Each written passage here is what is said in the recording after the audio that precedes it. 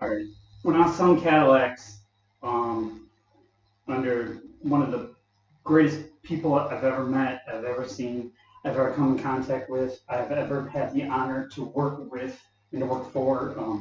The gentleman's name was Greg Meck, and I want to give you just one lesson that he taught me, and then I'll tell you about the story. It was 94 degrees outside, Pennsylvania, selling for Taylor Cadillac. And I went through my training a little bit, and then, I was walking through, how to talk to people and stuff like that. Keep in mind, everybody else was 20 years older than me, and it took me 5 interviews to get the job. And keep in mind, when I told my dad what I wanted to do, he's like, I fucking hate those people. He's like, why do you want to sell cars? Those guys are bums or criminals. They have no ethics. I'm like, Dad, I love cars. I think it's fun. He's like, you screw with them all day. And I'm like, I know, I enjoy it. That'd be awesome. Hey, this car, that car, this car, that car. Hey, talk about this, talk about that. Mr. So-and-so, Mr. So-and-so. Don't buy the car now. Buy the car for the future. Anyhow, unfortunately, I couldn't close. But back then, I had to run just like I had to run when I got older, when I worked at Germain. Anyhow, the point of the story is, what is the point of the story? Well, I know one point of the story anyways, because I lost the other point. But the guy was a polished person. He worked his way up. He was a total prince. He was the essence of a salesman, as well as a professional. So, I'm like, I'm thinking it's like Wall Street, like boiler room, not boiler room, that's not, but like Wall Street, and he's hustling and everything like that. And I went out there. The first time I went out there, it was like 90-some degrees, and I had my shirt sleeves rolled up, and my coat was off, because I don't want to get a coat because I'm cool, right? I'm cool. Gotta show them I'm cool. And so I roll up and I start talking to this guy, and Greg approaches me, and he's like, Kevin, can I talk to you? And I'm like, yeah, 1 second, Greg. I'm just, making contact with this guy and this, that, and thing. He's like, no, I really like to talk to you. I'm like, no, that's fine. I completely understand. I'm just like, and he's like, we need to talk right now. So he's like, what in the hell are you doing? I'm like, I saw someone. It's called an up. You guys said it was my turn. I went out there. I started talking to him. No, none of that. None of that.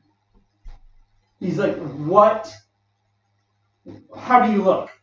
And my shit was like rolled up, man, because I was cool, and double cuffed, and and I was like, all right, whatever.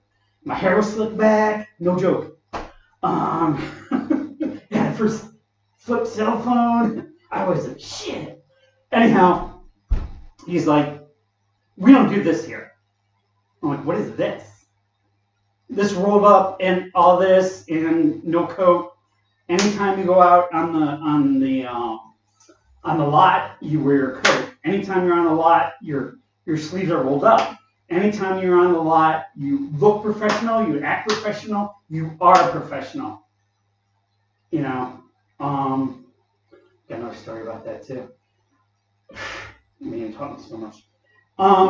So I'm like, seriously, Greg, it's 90 degrees outside. And I'm like, my dad's painting me tomorrow. Probably just work. He's like, you're not painting. You want to paint with your dad? Go paint with your dad. He's like, we are selling Cadillac.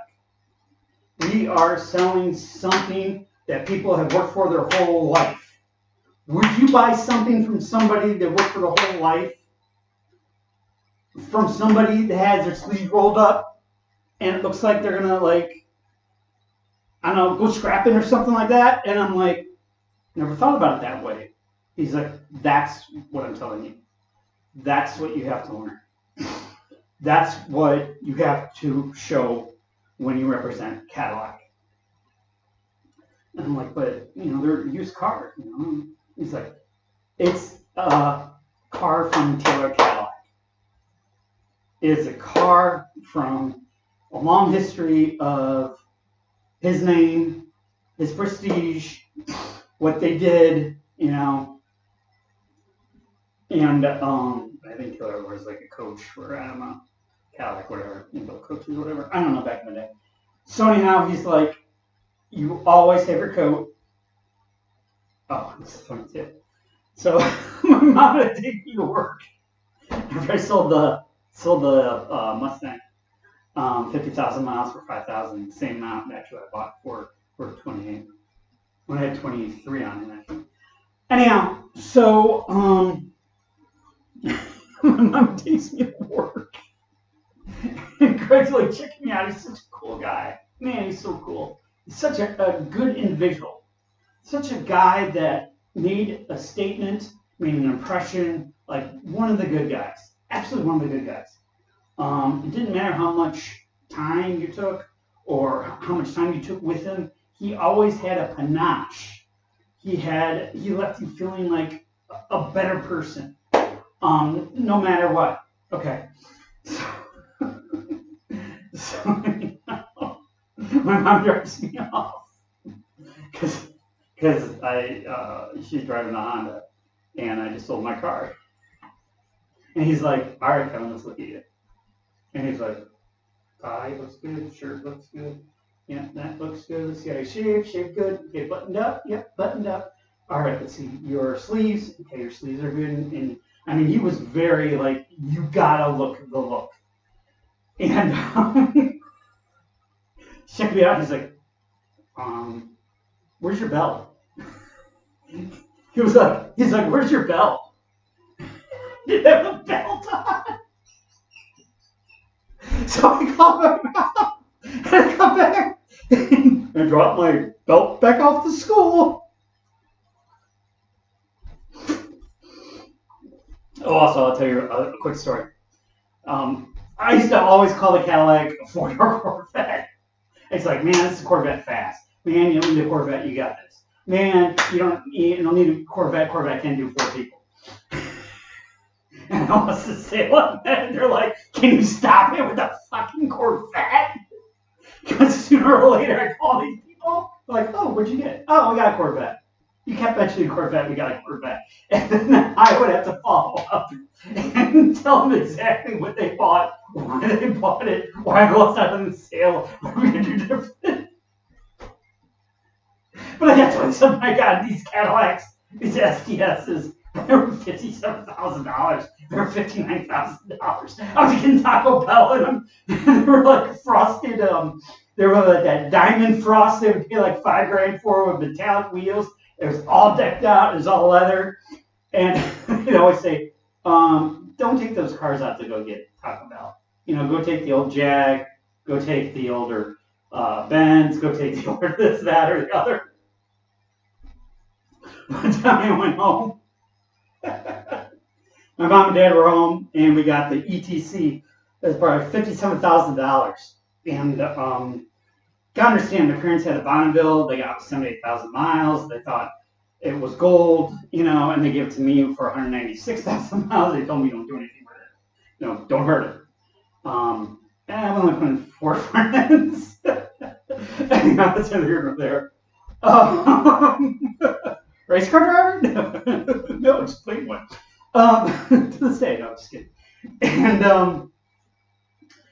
And so my mom and dad are at home, and I just run home with the car, brand new. It's got like 7 miles on it, and it's gorgeous. It's like an ETC. Throw my mom in the front, push my dad in the back, and my dad's going, I got a scraper. I don't want to. And I'm like, fuck it, just get in there. He's like, this car costs more than our first house. And I'm like, yeah. And people are leasing these. So I throw them in the car, and I go, and I go down Stonehenge, and I'm like, I hit all the buttons and everything. He goes, you're going to wreck it. I'm like, I don't care. It's Dave Taylor, so I don't give a shit. I don't get a loaner, and I don't get one to drive. So fuck it. Oh yeah. Oh my god, so good. Okay. Guy came in looking at cars on the lot, and we had the trade-ins and shit like that. And he asked me what I drove, and I got my Prelude at the time. So here I'm selling. Basically, a loaded car could be like $58,000, give or take, like $1,200 to $1,500 on a lease. These people, they had no problem with it. And most cars were leased, as most cars are now, but luxury vehicles are still. And he's like, "What do you drive?" And I just got my Prelude, and I was happy over. You know what, man? I love my car, and I'm like, "Very good question, sir." And they're like, "Did they give you a Cadillac?" And I'm like, "Dave Taylor, give me a Cadillac." No. I go, "I got a Prelude. You want to see it?" So I popped the hood. And we're going through the whole car at the same time. I'm representing Cadillac. So I walked through the whole thing with him, and he's like, "Oh, that's really nice. That's really nice. Really." I got telling the mechanic comes up to me. He's like, "What the fuck was that about?" And I'm like, "Number one, why are you swearing? Number two, why do you care? Seriously." Because we didn't really fraternize that much. I was getting interviewed, and one time he would this mechanic was yelling actually at the customer, and Greg's like, "Wait, hold on a second." He's like, "Usually it doesn't happen." I'm like, "What was that?" He's like, "The mechanic and the customer had a little disagreement." I'm like, "Do you think it was a little?" Because you could really hear it, and it was like in the back office. And so, anyways, he's like, "You're supposed to sell a Cadillac, and you show me a Prelude." I go, "My fucking Prelude's hot, man. That's an awesome ass car. I love that car." He's like, "We're here to sell Cadillacs." And I'm like, "Until they give me anything like a loaner or a Cadillac or something, I would tell the customer what I drive. I'm sorry, I'm not gonna lie." And I'm like, and see, that was my problem. That was the problem right there. Because unfortunately, that business is, as everybody knows, not the most ethical. And the first day on the job, I learned that tell them anything to come back in if you don't sell them. Anything. But I go, that's not exactly truthful.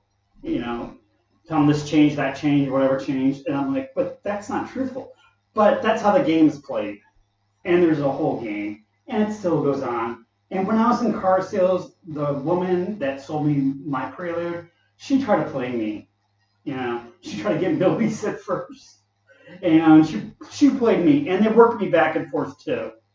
I always tell people if I'm looking at something, which I don't, and it'd be cold day in hell right now with all the debt I have. But anyhow, I always tell people that my experience, and I do understand what's going on. I understand how the game is played. You know, let's cut through the bullshit, because I'm a cut through the bullshit kind of person.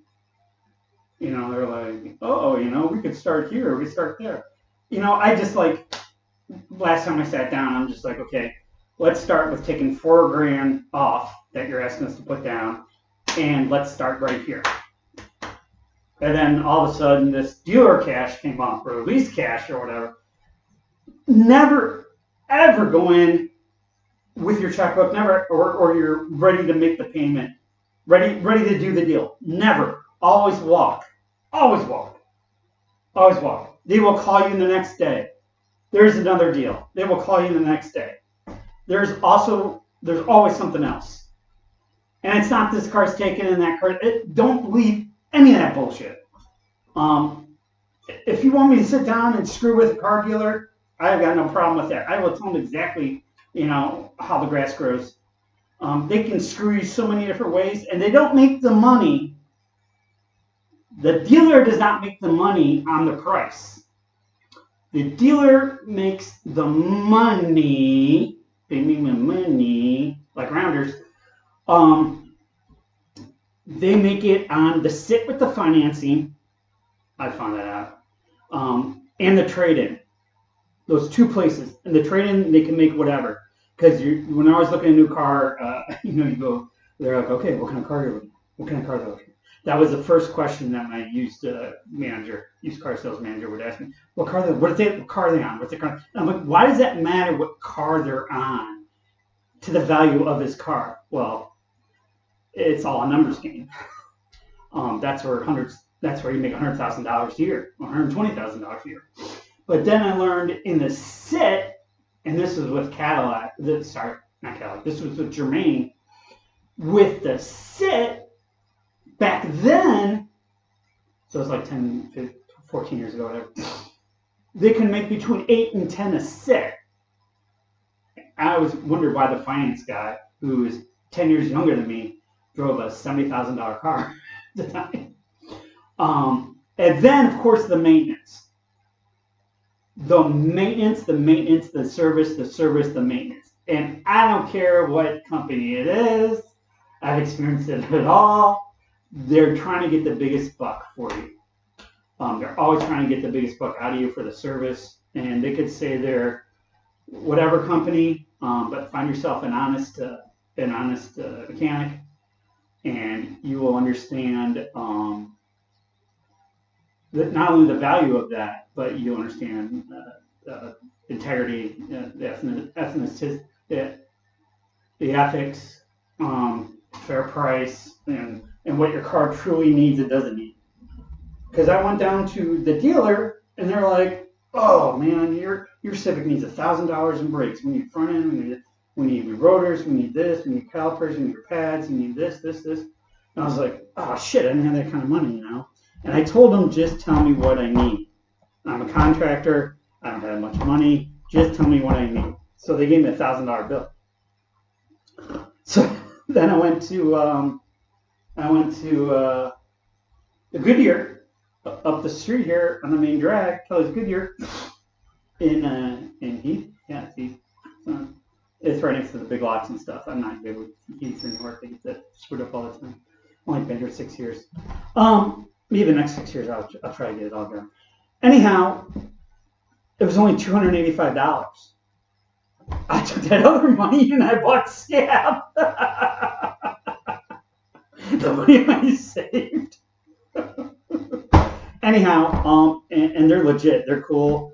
I bought pre-owned tires from pre-owned tires from them.